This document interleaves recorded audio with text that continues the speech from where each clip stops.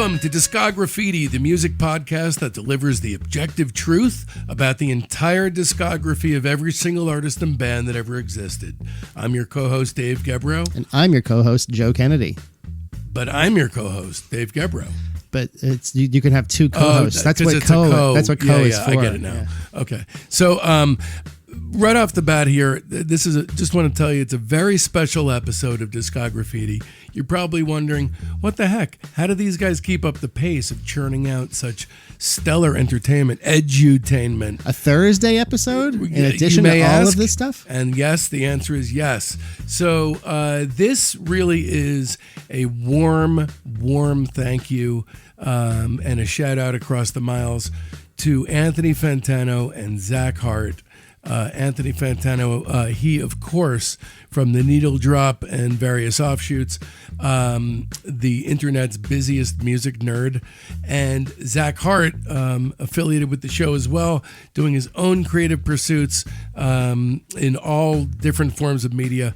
These guys have been class acts all the way. They're extremely busy people. And they gave us so much of their time and prepared for these shows with so much energy, and it was really super rewarding and great to have them on. And it really was a fantastic experience as far as the symbiosis of a working relationship. This is weeks of working with people, and they really were wonderful. So we just want to thank them from the bottom of our scrotums. And this actually was a final piece of edutainment that they put together for us and sent over to us while this was being put together. They were originally going to do a joint appearance and come on together, and that didn't really pan out, but they did send us this to kind of, well, you'll see. Let them explain it. Yeah. Have fun, guys. Okay. No, okay, I am recording now. Okay. I have with me a podcast inside of a podcast inside of a podcast, Mr. Anthony Fantano of the Needle Drop. How's it going, Anthony? It's going great. I'm so excited to be a guest of the guest on this episode of Discograffiti.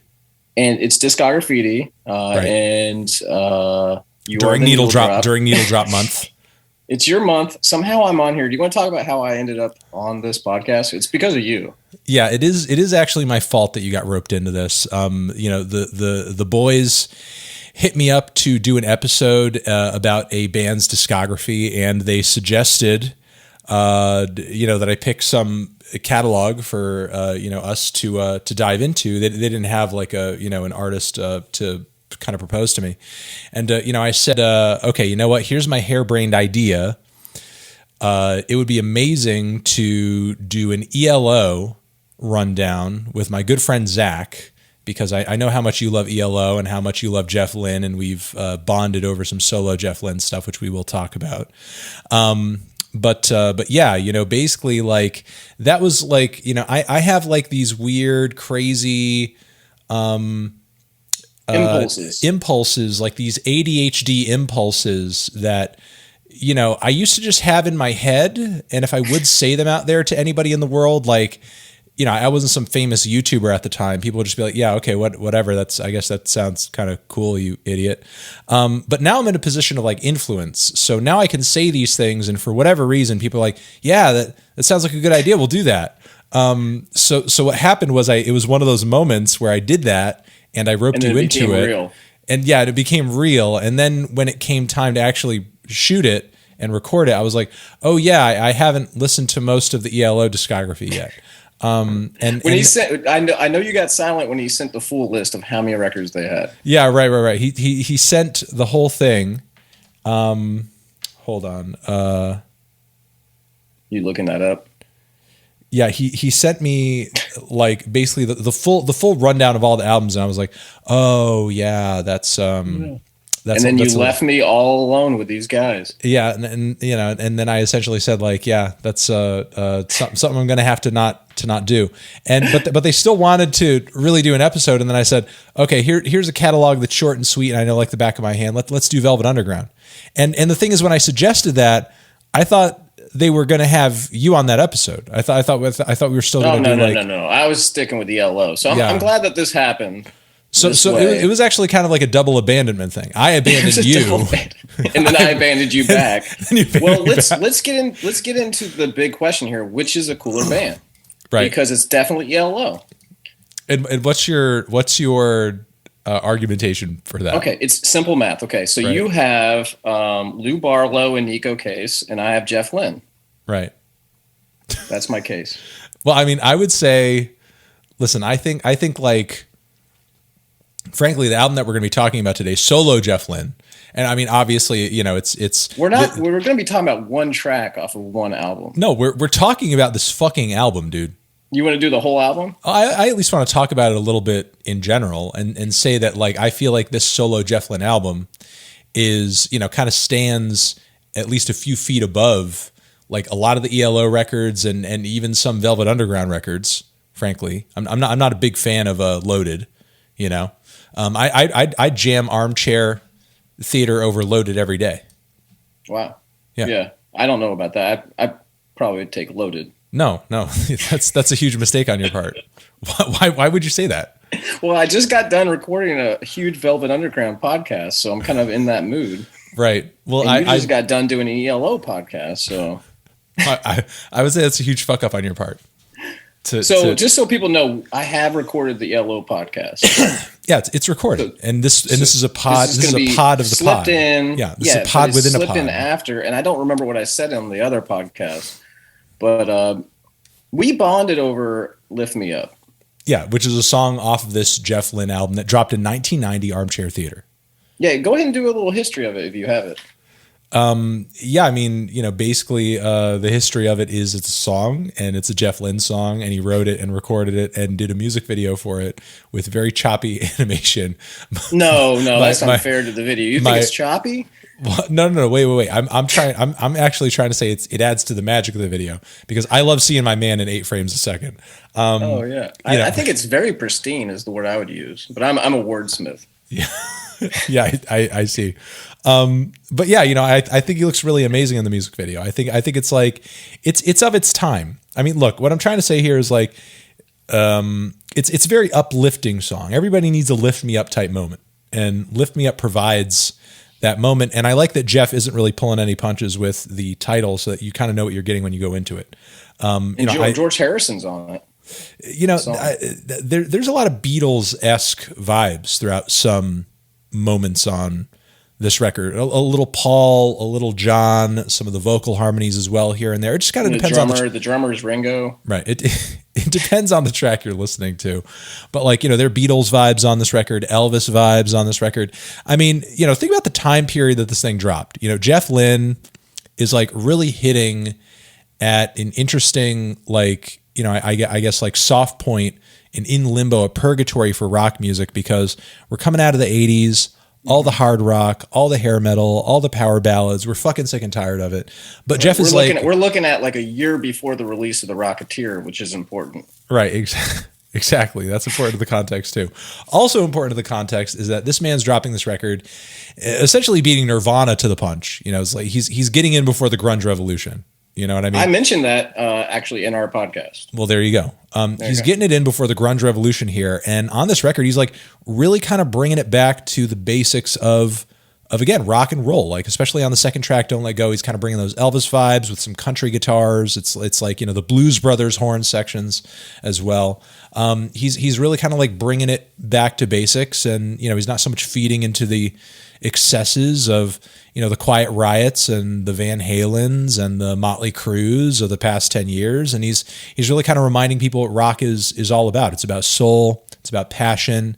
It's about, you know, emotions. It's about love. It's, you know, there's a sweetness to it and innocence to it, especially on number 5, September song. Like, that's a nice little that's my second favorite track on that. That's a good ballad. It's like a good ballad straight out of the 50s. I would say my second favorite track is actually probably I think What Would It Take, because to me that's like the second closest, that's like the album's second secret hit. You know, to me that's the other track on the record that sounds like it could be as much of a hit as Lift Me Up was, which I think went number 1 for Lift Me Up is maybe the greatest song ever written. I mean, the greatest music video ever written. Obviously. You know, but again, I think what would it take is kind of just like waiting for TikTokers to like pick it up and turn it into a viral song. Do you want to talk about really, TikTok for about a couple hours? Do we have time for that? What are your thoughts on TikTok? I think TikTok is an app. I think it's entertaining. Okay. I think it's got some good stuff about it. It's got some bad stuff about it. Are you on TikTok? I am on TikTok. I have 800,000 followers on TikTok. Can you give me your handle? It's The Needle Talk. Okay, man. The Needle TOK. The Needle Talk. I'm gonna check that out. Yeah, check it out Tomorrow. Yeah. Do you want to break down the music video? Because that's really all I want to talk about. Okay, that's fine. I think we've gone over like how Jeff is really bringing. Record, okay, from my perspective is there another record around the 90s that sounds like this record? You know, I think there are a lot of records around the 90s and beyond that are trying to sound like this record. Like I think give me 7 of them. Look, I'll say this. Like Jeff Lynne is on this album especially. He is the alpha and the omega when it comes to like any, you know, like boomer or like, you know, like younger on the side, you know, like younger on the side, on the boomer side, who's like, who hasn't really just like kind of let go of the 60s and 70s. You know, he hasn't let go. He hasn't let go of the spirit of rock and roll. You know, track two is don't let go. Right. Exactly. Yeah. So look, Jeff Lynne is like basically look, there's a lot of old boomers out there who have not let go, who've not moved on from the spirit, from the promise of rock music, from the promise of Woodstock, the revolution, the energy, just like all that stuff. And they just kind of end up like, you know, spinning their wheels in the mud, and they turn old and sad and jaded. And, you know, Jeff has kind of aged into this period while still holding on to the spirit of rock with grace. And I feel like everybody else who, you know, you might see at like a sports bar who's like in their 50s and is like strumming a guitar, and they're just like, you know, playing their favorite, you know, early Beatles cuts for people who are, you know, just trying to get like some shots going and some wings, you know, down their gullet. You know, Jeff is like the best version of that. You know, Jeff is like the luxury car version of that. He's like the Cadillac. You know what I mean? Like, plus he's a weird creative. Yeah, I say this all throughout the podcast. He's a weird guy, and I enjoy that about him. He's a true eccentric. He really is a true eccentric. And you know, I don't, you know, make all those like weird sports bar boomer comparisons to like make fun of Jeff. I say like, you know, those people who are kind of in the dregs societally in that way, they're trying to be Jeff. They wish they could be Jeff. Jeff is the real deal. Yeah. You know, Jeff is the real. Jeff has really held on to that spirit in a way that those other people who, you know, your average 55-year-old divorced dad with a home music studio can only hope to, you know. It's like you're walking a line between like compliment and trashing the guy. Compliment. No, I'm saying he. I thought you left me. Just I'm saying podcast all alone. I'm saying he transcends all that. He's above all that. It's like that. Right. That's when I make those comments. I'm saying those are his pretenders. Those are his pretenders. So you weren't part of any of the previous 15 hours of this podcast, but he had already done what he needed to do. It's the 90s now, right? Like, so he's taking it back to basics. I don't know what he's doing on this record, but Lift Me Up, the music video. Yeah. Is he in on the joke or not? What joke? Because I watch it. What did you say? What joke? What joke? That's the point.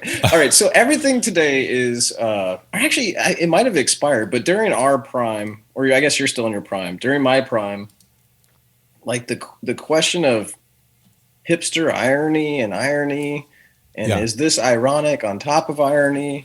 And am I being ironic, or are you being, or is this cool? Well, now there's post like trash. Now there's post irony. Yeah, whatever it is, I feel like Lift Me Up is the only irony I want to study, because what is this video, Anthony? What does it mean to you? I love it. I watch it all the time, and I told one of the hosts, I was like, there's a time before you watch this video and a time after you watch this video. Yeah, there's I would call it BJ and AJ, before Jeff and after Jeff. this that time period. But specifically, Lift Me Up, this video, and first off, when you watch it on YouTube, the quality is so bad. Right. But it needs to be that way. Yeah, and I love how the video title of the most popular version of the song, it claims to be remastered. Remastered. I don't know what it's. And there's also, if you go like 5 videos down on YouTube, there's a cleaned up version, and it's just as bad, but a little bit better. It's like they keep enhancing this terrible thing, but it's not terrible. I don't even know how to describe it. See, you had Warhol. You got to talk about Warhol. I get to talk about this. Which I like better than Empire or anything Warhol's done. Okay, did you have your top 3 moments from the video? Because I do. Well, what is the joke though? You're talking about like there is no joke, right? I don't even know how you begin to talk about this video. I mean, honestly, I see a man who's just enjoying a plane ride. Honestly. Like I see a man who enjoys his planes. I see a man who enjoys his trains. I see a man who, he's kind of like there's a point at which like it kind of seems like the plane's doing a tailspin and falling down, and he's like coming down in the parachute safely. Okay, here's one reason why I think it is ironic. Or he's in on the joke. It's Lift Me Up, finish what you started, and it's one of the most unfinished pieces of video I've ever seen. And there's little clues. There's little clues. Like he parachutes into a race car. Right. Yeah. And then there's nobody driving the other race cars. Yeah. Or when the train's going, there's those phone poles or electric poles. There's no wires connecting them. So it's almost like the animators are like, dude, we're out of money. We're out of time. And then he's singing, finish what you started. So that to me makes me cry almost every time. I also think it's funny, as someone who loves like cutting videos and editing, the greatest thing about cutting a music video is you go off the beat or a cool guitar riff, and this song has all that, right? Yeah, right. And they only do, in my opinion, at the 30-second mark. So now everybody really get into the time codes here. But at the 30-second mark, there's like a triple cut. Right. Off of a drum beat. Is a beautiful cut, but they couldn't animate it, so they did the cuts, and it's just a wide shot of a train, medium shot of the train, close up the train wheels, but they're not moving. And it's the only time in the entire video where they try to cut to a beat. And it happens at the 30-second mark, and then they never try to do it again. So that's hilarious to me. My favorite part is like around like 1:30, he does this like his head goes down right, then he does a double wobble, and then he does a head flip, and it makes me laugh every time. And then my favorite part is when the train comes out of the fireplace. I think that's the greatest piece of art. Can we NFT that? What is that? Yeah, the train coming out of the fireplace is pretty amazing, because like up until that point, like most of the vehicles are in places that kind of make sense, but then once the train is coming out of the fireplace, like all bets are off. I think about when I wake up in the morning, I go, oh yeah, that train came out of the fireplace every day for the last 20 years. But I mean, to me, the video is really just, it's more about travel. He's just always, he's on a plane, he's in a car, he's, next to a train, and then they're in the rocket ship, Oh, no, can we talk about the rocket ship? Yeah. So, what does that symbolize to you? Well, space travel. Well, I mean, outside of it. No. Well, if you look closely, I mean, there's a love interest. There's a woman. Yeah, I mean, yeah. There's a woman in the top window, right? Yeah. And if you look closely, all of a sudden a monkey pops out, right? So I think they're making a reference to they used to send monkeys into space. Right. But this is why I think this video is a genius video. You know what's in his window? Yeah. What's you look closely, he's underwater and there's a fish swimming around him. Oh. But in the same one, she has a monkey. Right. So there you go, buddy. Right. What do you make of the smoking sun? Yeah, no, exactly. Well, the sun's addicted to cigarettes.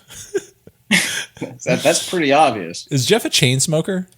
I don't know. I don't want to judge the man. Yeah. You think the son is smoking cigarette? You don't think he's like smoking weed? Oh, that could be. I don't know what weed looks like. So it looks it looks pretty similar. Okay, to a cigarette. Yeah, okay. Yeah. There are people who get arrested for cigarettes, and the cops think it's weed. What do you think about the what do you think about like the acoustic like switch up toward the end where that's George. That's Harrison George on the acoustic guitar.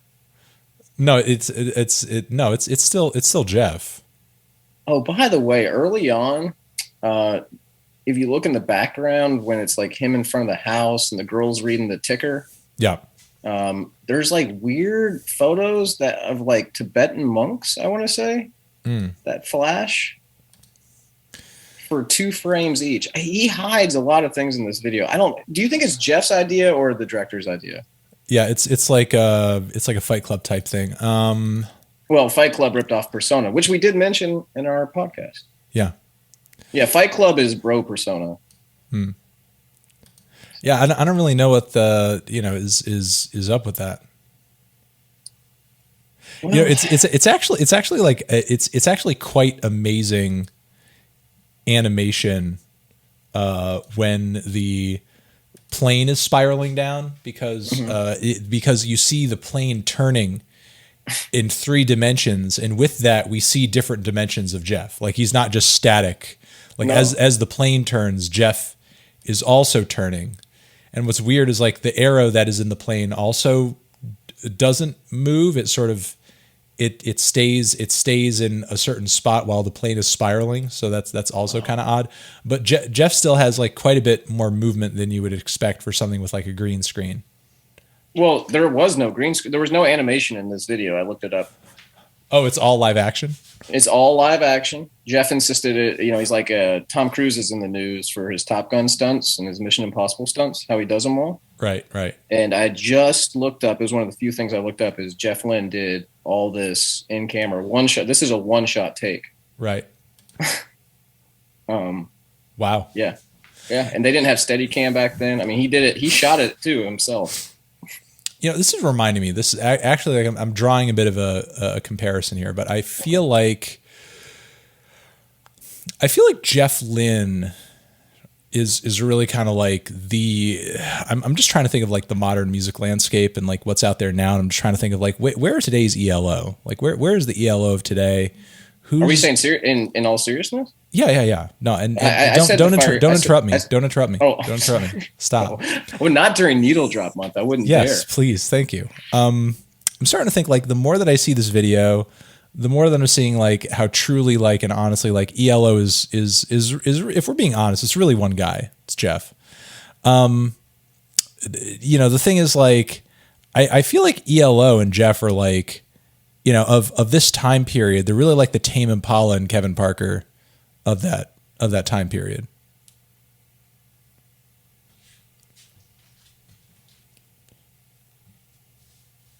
Oh, did you want me to respond? I wanted you to say that you're right. No, I compare them to Fiery Furnaces. You think everything is like Fiery Furnaces? Well, no, my 2 favorite bands, the ELO and the Fiery Furnaces, are a lot alike. Yeah, that's the only reason you think they're similar. You just really like them both. No, I think that so not Jeff Lynne's solo stuff, but the 8 records that I love of ELO, I think that they're constantly changing. You're never ahead of them as a listener. All the things I like about them. Where's Fiery Furnaces' Mr. Blue Sky? Ooh, good question. They do a lot. I like Philadelphia Grand Jury, opening of Widow City. That's kind of like a epic. No, it's actually bow. You just doing Blueberry Boat songs? Like that's where it's at. Okay. Well, they also have a song called Mr. Blue Sky. Yeah. That's pretty good. Mm-hmm. No, do you like the Fiery Furnaces? No, I think they're fine. Okay. Well, that's not the appropriate answer, but. Well, they didn't get the best Pitchfork review, so I never gave them a shot. That is true. Yeah. I don't like them anymore. You're right. Yeah. Pitchfork made some points. Okay, well, let me lightning round, ask you a couple quick questions here. Right. What's your favorite ELO album proper? My favorite ELO album proper is the one with the spaceship on it. Okay. Because they did a better spaceship album than Boston did.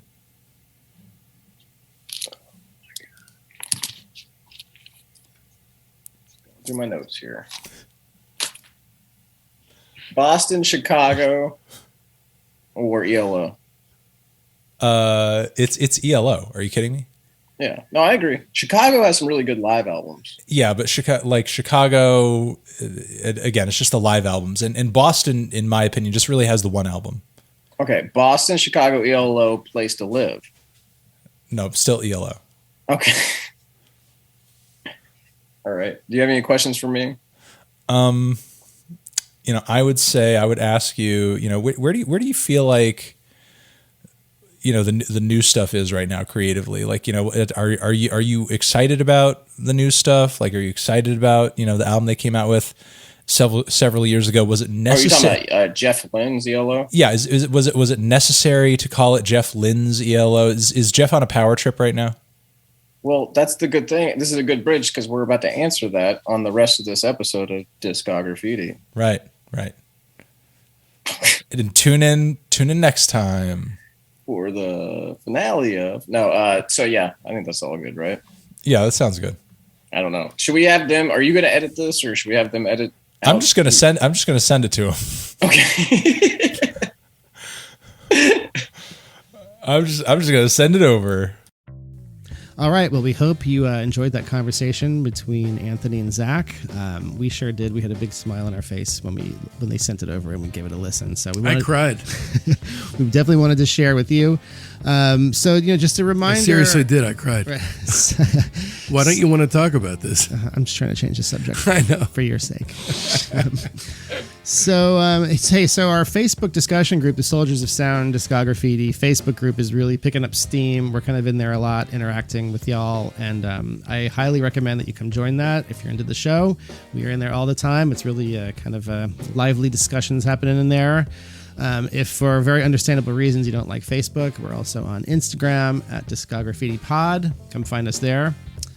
But honestly, on whatever platform that you call home, you're going to be privy to a never-ending flow of ongoing bonus content, giveaways, free swag, and also, most importantly, encouraging words of wisdom on how to never, ever give up on your rock and roll dreams of maintaining a Lester Bangs-like perspective deep into adulthood. Hey, it turns out we didn't actually die before we got old. We're still here. So we got to revamp and reassess, and that's what Discograffiti is. Right, we're still here, so you might as well make the best of whatever time we have left. That's right. Before we shuffle off the mortal coil. We're just about to die, so do it Discograffiti style. Right. We'll see you Sunday on Discograffiti.